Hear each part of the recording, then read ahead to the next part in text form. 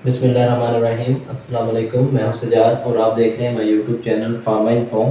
Pharma inform में tablet coating की series में अभी हम जो डिस्कस करेंगे बहुत इंपॉर्टेंट स्टेप वो है इनलेट एयर टेम्परेचर।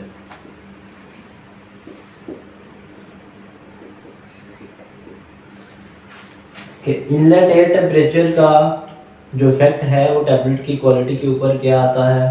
हम इससे पहले ये तो डिस्कस कर चुके हैं कि इनलेट एयर या एयर फ्लो वॉल्यूम जो होता है वो क्या होता है, या इससे पहले हम ये भी डिस्कस कर चुके हैं कि एयर की क्वालिटी को हम कैसे मेंटेन करते हैं। हम ये भी डिस्कस कर चुके हैं कि जो ह्यूमिडिटी होती है एयर की उसका हमारी टैबलेट कोटिंग के ऊपर क्या इफेक्ट आता है। अगर आप लोगों ने वो सारी वीडियोज़ नहीं देखी तो डिस्क्रिप्शन में लिंक है, या चैनल को सब्सक्राइब करके आप टैबलेट कोटिंग की प्लेलिस्ट में जाके सारे इफ़ेक्ट्स को, सारी कोटिंग को शुरू से देख सकते हैं। अगर शुरू से आप देखेंगे तो अभी जो हम डिस्कस कर रहे हैं टेक्निकल पॉइंट्स, जो इफेक्ट हैं हमारे, जो वेरिएबल्स हैं उनका क्या इफेक्ट आता है टैबलेट कोटिंग पे, वो आपको अच्छे से समझ आ जाएगी। तो आज की वीडियो को एंड तक ज़रूर देखिएगा, क्योंकि आज की वीडियो में हमने यही देखना है कि जो टैबलेट में हमारे स्टिकिंग आ रही होती है, पिकिंग आ जाती है, ट्विनिंग आती है, लोगो फिल हो जाता है, हमारी कोटिंग जब हम ऑपरेट कर रहे होते हैं तो कोटिंग जब खत्म होती है एट द एंड तो हमें पता चलता है कि हमारी टैबलेट का कलर यूनिफॉर्म नहीं था, हमारा जो प्रॉपर वेट गेन है वो नहीं हुआ, हमारी टैबलेट में स्टिकिंग आ गई हुई है या पिकिंग आ गई है। तो ये सारे इफ़ेक्ट को हम या इनकी रीजंस को जानने की कोशिश करेंगे कि ये क्यों आती हैं, इनको रिमूव कैसे करना है। और अगर आप लोग अपने बेसिकली एक चीज़ और बताता जो कि ये जो वीडियोस चल रही हैं ये सिर्फ यही नहीं है कि फार्मासिस्ट ही देख सकते हैं। अगर जो लोग कोटिंग ऑपरेशन परफॉर्म कर रहे हैं, चाहे वो ऑपरेटर्स हैं, सुपरवाइजर्स हैं, फार्मासिस्ट हैं, या जो भी पर्सन इसमें इन्वॉल्व हैं, अगर वो लोग ये वीडियोस देखें तो उनके लिए ये हेल्पफुल होंगी, ताकि थ्योरेटिकली भी वो चीज़ों को इम्प्रूव कर सकें।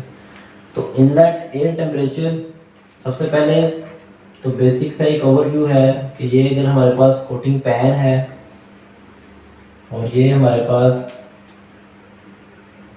इनलेट एयर आ रही है,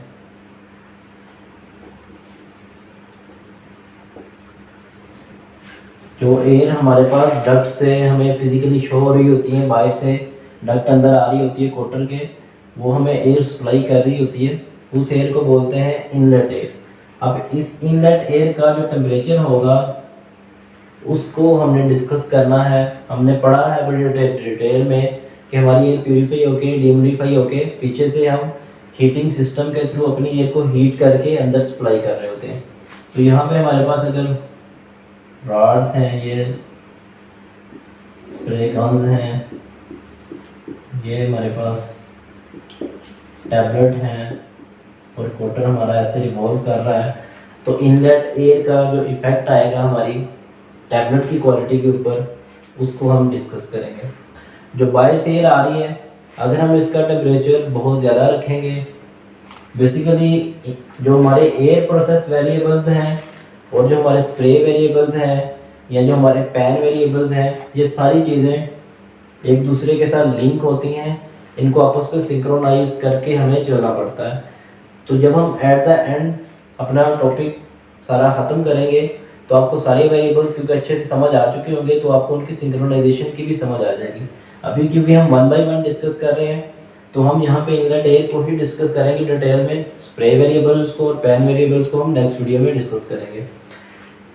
तो इनलेट एयर का इफेक्ट क्या आएगा। इनलेट एयर सबसे पहले तो हमें पता है कि हम हमारी टैबलेट्स को ये वार्म करती हैं, और जो हम सॉल्वेंट यूज़ करते हैं अपनी कोटिंग सस्पेंशन के अंदर, ये उसको इसका जो टेम्परेचर होता है वो उसको वेपोरेट करता है।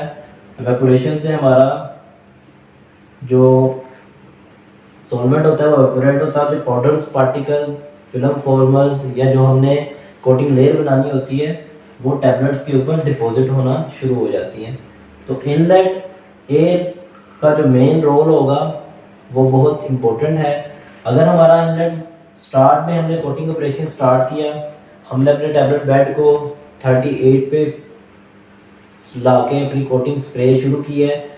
टैबलेट बेड टेम्परेचर के बारे में एक्वस कोटिंग में हम 38 to 44 तक बेड टेम्परेचर रखते हैं, डिस्कस कर चुके हैं डिटेल में। टैबलेट बेड कितना होना चाहिए, कोई भी कोटिंग शुरू करने से पहले टैबलेट बेड टेम्परेचर को कहाँ तक ला के हमने कोटिंग ऑपरेशन स्टार्ट करना है, ये हम पिछली वीडियो में डिस्कस कर चुके हैं, आप उनको देख सकते हैं।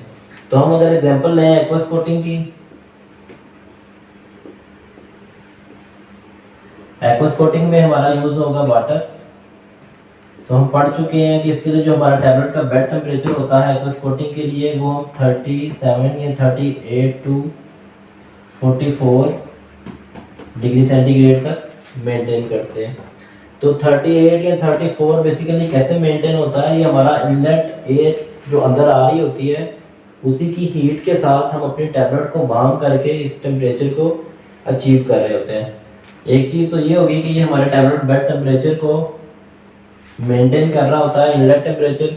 दूसरा फिर जब हम स्प्रे शुरू करते हैं, अगर हमारा ये पेरिस्टाल्टिक पंप है या इसका कंट्रोलर है और आप इसको कम या ज़्यादा कर सकते हैं, तो आप 40 आरपीएम पे अगर इसको ऑपरेट कर रहे हैं, फर्ज किया, तो इसका मतलब है कि आपका जो स्प्रे शावर है वो 40 आरपीएम के लिहाज से हमारी गन से टैबलेट्स के ऊपर आ रहा है। और अगर आपने यहाँ पे टैबलेट बेड टेम्परेचर फिक्स किया हुआ है 40 डिग्री सेंटीग्रेड, ये बेड हो गया, और इसके लिए जो इनलेट टेम्परेचर है वो आपने रखा हुआ है 60 डिग्री सेंटीग्रेड। अब जो मेन समझने वाली चीज़ है वो इन तीन चीज़ों को समझना है।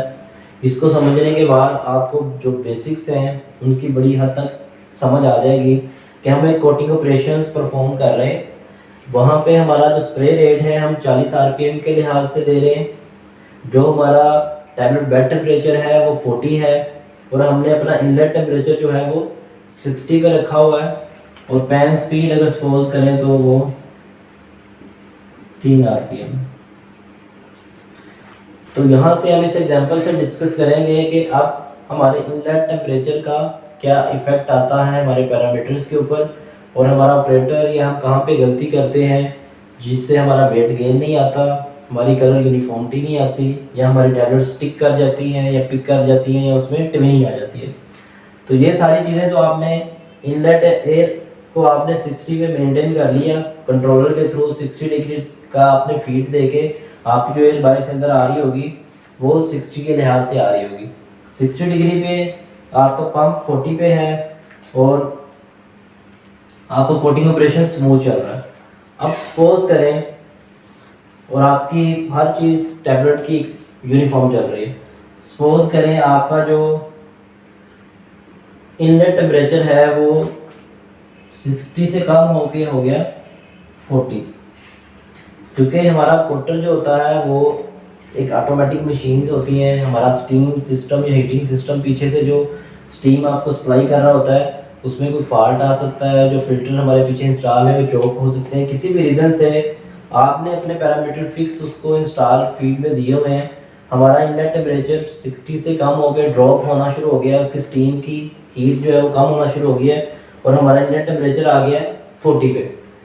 टेम्परेचर हमारा इनलेट है जो 60 से 40 पे आ गया, लेकिन पंप अभी भी हमारा 40 पे ही है, और जो हमारा बेड टेम्परेचर है अब उसके साथ इस इनलेट टेम्परेचर का क्या होगा, 60 पे अगर ये 40 डिग्री सेंटीग्रेड था, तो जब ये 40 डिग्री सेंटीग्रेड हमारी इनलेट आएगी तो हमारा टैबलेट बेड टेम्परेचर भी कम हो जाएगा, सपोज 32, क्योंकि हमारी हीट जो एयर की हीटिंग है उसकी कैपेसिटी कम हो गई है, तो हमारी टैबलेट्स भी कम गर्म होगी।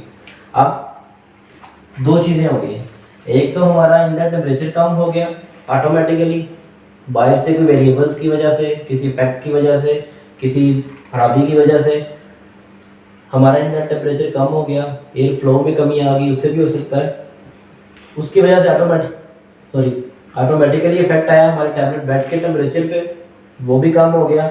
अब जो हमारे कंट्रोल में है वो है स्प्रे रेट। अब स्प्रे रेट हमारा अभी भी 40 से ही जा रहा है, यानी हमारा ऑपरेटर इस चीज़ पे गौर नहीं कर रहा कि मेरा टेम्परेचर कम हो गया है, मेरा बेड भी कम हो गया, क्योंकि क्लोज सिस्टम होता है, बाद में कोटिंग ऑपरेशन चल रहे होते हैं और हमारा ऑपरेटर जो होता है वो रिलैक्स होता है, वो सिंपल आपकी विजुअल्स के थ्रू ही टैबलेट को देख रहा होता है, फिजिकली उसको डोर बार बार ओपन करके अगर चेक नहीं कर रहा तो उसको आइडिया नहीं होगा कि हमारा बेड कम हो गया है। या एयर का टेम्परेचर अगर वो HME पे अगर तो अच्छा ऑपरेटर है तो वो इस चीज़ को फ़ौरन पकड़ लेगा, लेकिन अगर नहीं समझ आती, नहीं पता चलता, तो उसका इफेक्ट क्या आएगा कि अब हमारा जो टैबलेट बेड टेम्परेचर है क्योंकि वो कम हो गया है, स्प्रे रेट अभी भी हमारा 40 है, तो हमारी टैबलेट की सरफेस जो है वो वेट होना शुरू हो जाएगी। जब ये वेट होना शुरू हो जाएगी तो उससे स्टिकिंग का भी इफेक्ट आ सकता है, पिकिंग का भी इफेक्ट आ सकता है, और जो हमारा ट्विनिंग का भी इफेक्ट आ सकता है। तो ये तो वो चीज़ें हैं जो हमने पढ़ी कि जब हमारा बेड टेम्परेचर कम हुआ उससे क्या होगा। अब जब बेड टेम्परेचर कम होता है, स्प्रे रेट ज़्यादा होता है, टैबलेट की सरफेस रफ भी होती है, तो हमारा गन टू बेड डिस्टेंस जो होता है ये भी कम हो जाता है। तो इस चीज़ों को तो हमने डिस्कस कर लिया। अब इसके रिवर्स देखते हैं। तो हमने अब कैसे जैसे कि डिस्कस किया है कि इनलेट टेम्परेचर अगर हमारा कम हो जाता है फिक्स से सेट पॉइंट से तो उसका इफेक्ट क्या आता है। हम डिस्कस करेंगे कि अगर हमारा इनलेट टेम्परेचर इंक्रीज होता है तो उसका इफेक्ट क्या आएगा। सपोज वही एग्जांपल हम लेते हैं, एक दफ़ा ब्रीफ ओवरव्यू के आपको बता देता हूँ। हमने डिस्कस किया था कि हमारा इनलेट टेम्परेचर 60 से 40 पे आया, यानी 60 था ये 40 पे आ गया। बेड टेम्परेचर हमने डिस्कस किया था, अगर इनलेट टेम्परेचर कम होगा तो ऑटोमेटिकली हमारी टैबलेट का बेड टेम्परेचर भी कम हो जाएगा, वो 40 से कम हो गए 32 पे आ जाएगा। स्प्रे रेट अगर हम देखें तो क्योंकि ये हमने खुद चेंज करना होता है के अकॉर्डिंग, अगर हम उसको चेंज नहीं करते तो क्योंकि हमारा बेड टेम्परेचर कम हो गया है, इनर टेम्परेचर भी कम हो गया है, सिंपल वर्ड्स में हमारी टैबलेट की सरफेस वो ठंडी हो गई है, तो इससे स्टिकिंग का इफेक्ट आएगा, पिकिंग का आएगा, ट्विनिंग का आएगा, और सरफेस हमारी जो होगी वो रफ होना शुरू हो जाएगी। अब जो हमारे ऑपरेटर्स होंगे, ट्रेंड ऑपरेटर्स होते हैं, उनको इस चीज़ का आइडिया होता है। अगर वो इस तरह की चीज़ को नोट करते हैं तो सबसे पहला इफेक्ट क्या होगा, वो अपने इनलेट टेम्परेचर को बढ़ाएंगे ताकि उनका टेम्परेचर जो बेड टेम्परेचर है वो दोबारा अपनी ओरिजिनल पोजीशन पे मेंटेन हो और स्प्रे को कंटिन्यू रखें। दूसरी शक्ल में या दूसरी फॉर्म में सबसे पहले स्प्रे रेट को कम किया जाएगा, क्योंकि अगर हम इनलेट टेम्परेचर इंक्रीज भी करेंगे तो उसको मेंटेन होने में थोड़ा टाइम लगेगा, टैबलेट बेड टेम्परेचर को दोबारा 40 तक आने में। तो सबसे मेन और सबसे जो एफिशिएंट सोल्यूशन है वो यही होता है कि सबसे पहले हम अपने स्प्रे रेट को भी कम कर दें। तो ये अगर 40 था तो सपोज इसको हम 25 पे कर दें। अब हमारा शावर भी कम होगा तो हमारा आस्ता आस्ता शावर कम होने की वजह से टैबलेट बेड भी बढ़ना शुरू हो जाएगा। पीछे से हीट की सप्लाई भी हमने 60 से दोबारा इसको अगर 70 पे कर दिया है तो हमारा टेम्परेचर इंक्रीज होना शुरू हो जाएगा। बेड टेम्परेचर भी हमारा ग्रेजुअली 38 और फिर 40 भी आएगा। जैसे जैसे अब हमारा टैबलेट बेड टेम्परेचर इंक्रीज कर रहा होगा वैसे वैसे ही हमें अपने स्प्रे रेट को भी दोबारा बढ़ाना पड़ेगा, 25 से 30 पे, फिर 35 पे, फिर 40 पे आना पड़ेगा। अब एक एग्जांपल तो हम ये डिस्कस की कि इनलेट टेम्परेचर का इफेक्ट क्या होगा जब हमारा इनलेट टेम्परेचर लो हो गया। अब हम डिस्कस करते हैं कि अगर हमारा inlet temperature normal set point से हाई हो जाता है, स्टीम सेंसर में किसी इफेक्ट की वजह से या किसी भी पैरामीटर में या किसी भी रीजन की वजह से, तो उसका इफेक्ट हमारी टैबलेट के ऊपर क्या आएगा। इनलेट टेम्परेचर हमने सेट किया 60 डिग्री सेंटीग्रेड, अब ये आ गया 80 पे। जब इनलेट टेम्परेचर 80 पे आएगा तो मीन ज़्यादा हीट आ रही है तो टैबलेट बेड टेम्परेचर भी जो ऑटोमेटिकली होगा ये ज़्यादा हो जाएगा। सपोज ये 44 डिग्री सेंटीग्रेड पे आ गया। हमारा जो पंप है वो 40 पे ही अगर चल रहा है तो इसका इफेक्ट क्या होगा, हमारी टैबलेट ज़्यादा गर्म हो गई है, हमारा इनलेट टेम्परेचर ज़्यादा हो गया है, कोटर में जो हीट प्रोडक्शन है उसके एनवायरनमेंट पे वो भी ज़्यादा है। तो इससे क्या इफेक्ट होगा कि हमारा वेपोरेशन का जो प्रोसेस है वो फास्ट हो जाएगा। अब स्प्रे शावर होने से पहले ही अगर सॉलिड की वेपोरेशन हो जाती है तो हमारे पार्टिकल जो सॉलिड के हैं वो टैबलेट की सरफेस को रफ करना शुरू कर देते हैं, जिसको ऑलरेडी पील इफेक्ट भी बोलते हैं। दूसरी चीज़ ये है कि अगर हमारा ड्राइंग हमारी हीट ज़्यादा हो, स्प्रे रेट कम हो, उसकी वजह से भी जो हमारी पॉलीमर्स की या जो सॉलिड कंटेंट की डेपोजिशन होती है टैबलेट के ऊपर वो कम होना शुरू हो जाती है। क्योंकि ड्राइंग एवेपोरेशन के साथ ही टैबलेट सरफेस तक आने से पहले ही शुरू हो जाती है, तो हमारा जो मटेरियल लॉस होता है वो होना शुरू हो जाता है। इसको समझने के लिए या ऑब्जर्व करने के लिए आप कभी भी अपने कोटर को अगर ओपन करें, जिसकी स्प्रे गन वाला जो रोड होता है उसको फिजिकली ऑब्जर्व करें या उसके ऊपर ग्लव्स से फिंगर को रब करें। आपकी फिंगर्स के ऊपर पाउडर्स की डेपोजिशन अगर हो रही है, या आपको अगर अपना कोटर थोड़ा डस्टी नज़र आ रहा है, या टैबलेट में अगर आप अपने हैंड को एंटर करके चेक करते हैं उसकी फिजिकल कंडीशन को, तो साथ आपको पाउडर फिजिकली फील हो रहा है, तो इसका मतलब है कि हमारा जो बेड टेम्परेचर है वो ज़्यादा है, और जो हमारी एवेपोरेशन है वो जल्दी हो रही है, और जो हमारे जो सॉलिड कंटेंट हैं वो टैबलेट की सरफेस तक पहुंचने से पहले ही वेस्ट हो रहे हैं। इस केस में हमारा जो टैबलेट का वेट गेन है वो भी नहीं आएगा, क्योंकि हमारे सॉलिड कंटेंट्स का लॉस हो रहा है। तो इसमें हम देखते हैं हमारे डिफेक्ट्स क्या क्या आ सकते हैं। एक तो हमने पढ़ा orange peel, orange peel effect हो सकता है। वेट गेन जो होगा वो हमारा नहीं होगा, जो मटेरियल लॉस है उसकी वजह से मटेरियल लॉस ज़्यादा हो रहा होगा, वेट गेन नहीं होगा। हमारी टैबलेट क्योंकि एवेपोरेशन की वजह से अगर हमारी प्रॉपर ऊपर लेयर पॉलीमर्स की नहीं आ रही होगी, अगर आपका कोटिंग ऑपरेशन अभी स्टार्ट ही हुआ है, तो टैबलेट क्योंकि जब रब करेगी पेन सरफेस के साथ, तो उससे हमारी जो टैबलेट की सरफेस है, या क्योंकि ऊपर प्रोटेक्शन नहीं बन रही, तो उसमें भी जो एजेस हैं हमारे वो ब्रेक हो सकते हैं, या हमारी टैबलेट सरफेस जो है वो भी रफ होना शुरू हो सकती है। किस तरह, कोर टैबलेट ही अगर आपने अगर कोटिंग ऑपरेशन स्टार्ट ही किया है, तो वेफर्स के साथ या पेन के साथ जब वो रगड़ खाएगी, तो हमारी टैबलेट की शेप जो है, जो सरफेस है, वो डैमेज होना शुरू हो जाएगी, क्योंकि प्रॉपर जो है ऊपर से हमें उसको कवर करने के लिए पॉलीमर का कोट नहीं मिल रहा। तो इसका सोल्यूशन क्या होगा, जैसे ही ऑपरेटर सेंस करे कि उसका बेड टेम्परेचर जो है वो नॉर्मल सेट पॉइंट से इंक्रीज हो गया है, इनलेट टेम्परेचर सॉरी, और बेड टेम्परेचर भी हाई हो गया है, तो वो जो हमारा स्प्रे रेट होगा उसको भी हाई कर देगा। पहली कंडीशन में इसको हाई करेगा, अगर आपका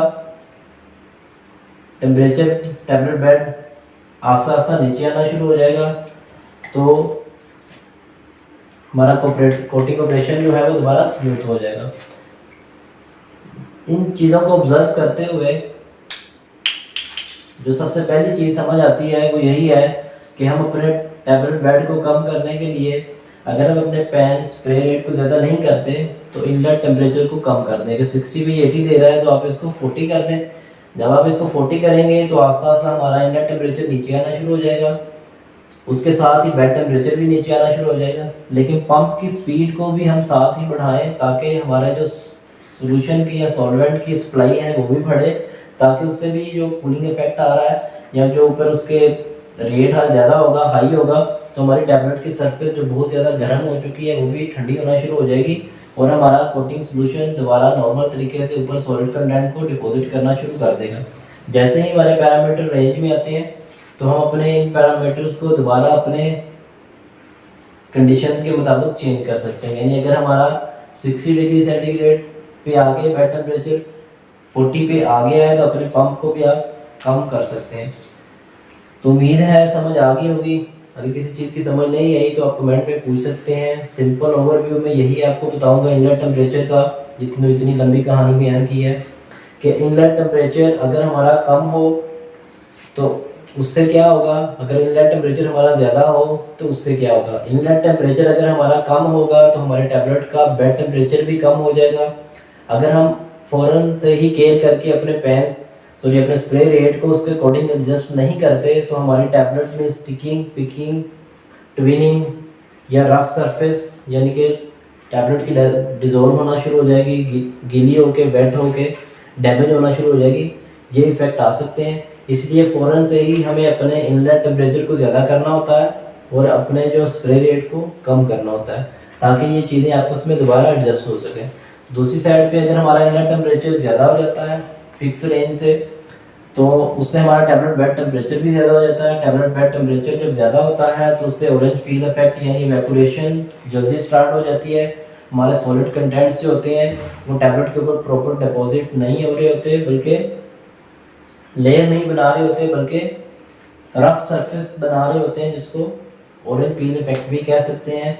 पार्टिकल जैसे ये जो टैबलेट है कोई यहाँ डिपॉजिट ऐसे डिपॉजिट होना शुरू हो जाते हैं, तो वो फिजिकली हमें जिसको रफ बोलते हैं या आम कॉमन वर्ड में खुरदरी सरफेस जो होती है वो फील होना शुरू हो जाती है, जिसको ऑरेंज पील बोलते हैं। हमारा जो टैबलेट जो कोटिंग मटेरियल होता है वो लॉस वेस्ट होना शुरू हो जाता है। वो हमारे डोर के ऊपर अंदर वाली साइड पे हमारा जो रोड्स होते हैं उसके ऊपर और एग्जॉस्ट के थ्रू आउटसाइड उसकी जो लॉस होता है वो ज़्यादा हो जाता है। और इसकी वजह से हमारा जो वेट गेन, जो मटेरियल हमारा कोटिंग की सरफेस के ऊपर डिपॉजिट होना चाहिए था, वो लॉस होने की वजह से हमारा टैबलेट का प्रॉपर वेट गेन भी नहीं आ रहा होता। और अगर हमारा टैबलेट अभी स्टार्ट में ही प्रोसीजर है, पॉलीमर की लेयर प्रॉपर नहीं बनी, तो बहुत ज़्यादा बेड टेम्परेचर के साथ जब हमारी टैबलेट स्ट्राइक कर रही होती है पेन के साथ, तो उसकी सरफेस भी डैमेज होना शुरू हो जाती है। तो इस सिचुएशन में हमें अपने इनलेट टेम्परेचर को कम करना पड़ता है ताकि बेड टेम्परेचर कम हो, और साथ ही हम अपने पेरिस्टाल्टिक पंप से स्प्रे रेट को इंक्रीज करना होता है। और इन तीनों चीज़ों को सिंक्रोनाइजेशन करके हम अपने स्मूथ कोटिंग ऑपरेशन को दोबारा शुरू कर सकते हैं। तो उम्मीद है कि आज की वीडियो की समझ आ गई होगी। किसी चीज़ की समझ ना आई हो तो आप कमेंट्स में पूछ सकते हैं। इससे नेक्स्ट वीडियो में जो हम डिस्कस करेंगे वो भी मेन इंपॉर्टेंट टॉपिक होगा कि आउटलेट टेम्परेचर और जो एग्जॉस्ट वाल्व होता है उसका इफेक्ट क्या होता है हमारी टैबलेट कोटिंग के ऊपर, और उसको हम कैसे मॉनिटर करते हैं, कैसे ऑब्जर्व करते हैं। एक और चीज़ ऐसे ही कि जब कोटिंग ऑपरेशन चल रहा होता है तो ऑपरेटर को हमेशा विजिलेंट रहना पड़ता है, बहुत ही मुहतात रह के फिजिकली भी टैबलेट को देखना पड़ता है। बाद दफ़ा अगर हमारे सेंसर्स में कोई इशू आ जाता है या एचएमएल में कोई प्रॉब्लम है जो फिजिकली आपको शो नहीं कर रहा, तो आपकी टैबलेट की सरफेस को देख के या टैबलेट की कोटर की कंडीशन को देख के एक ट्रेंड ऑपरेटर जो होता है फ़ौरन उसका अंदाज़ा लगा लेता है, उसके अकॉर्डिंग अपने पैरामीटर्स को चेंज कर लेता है।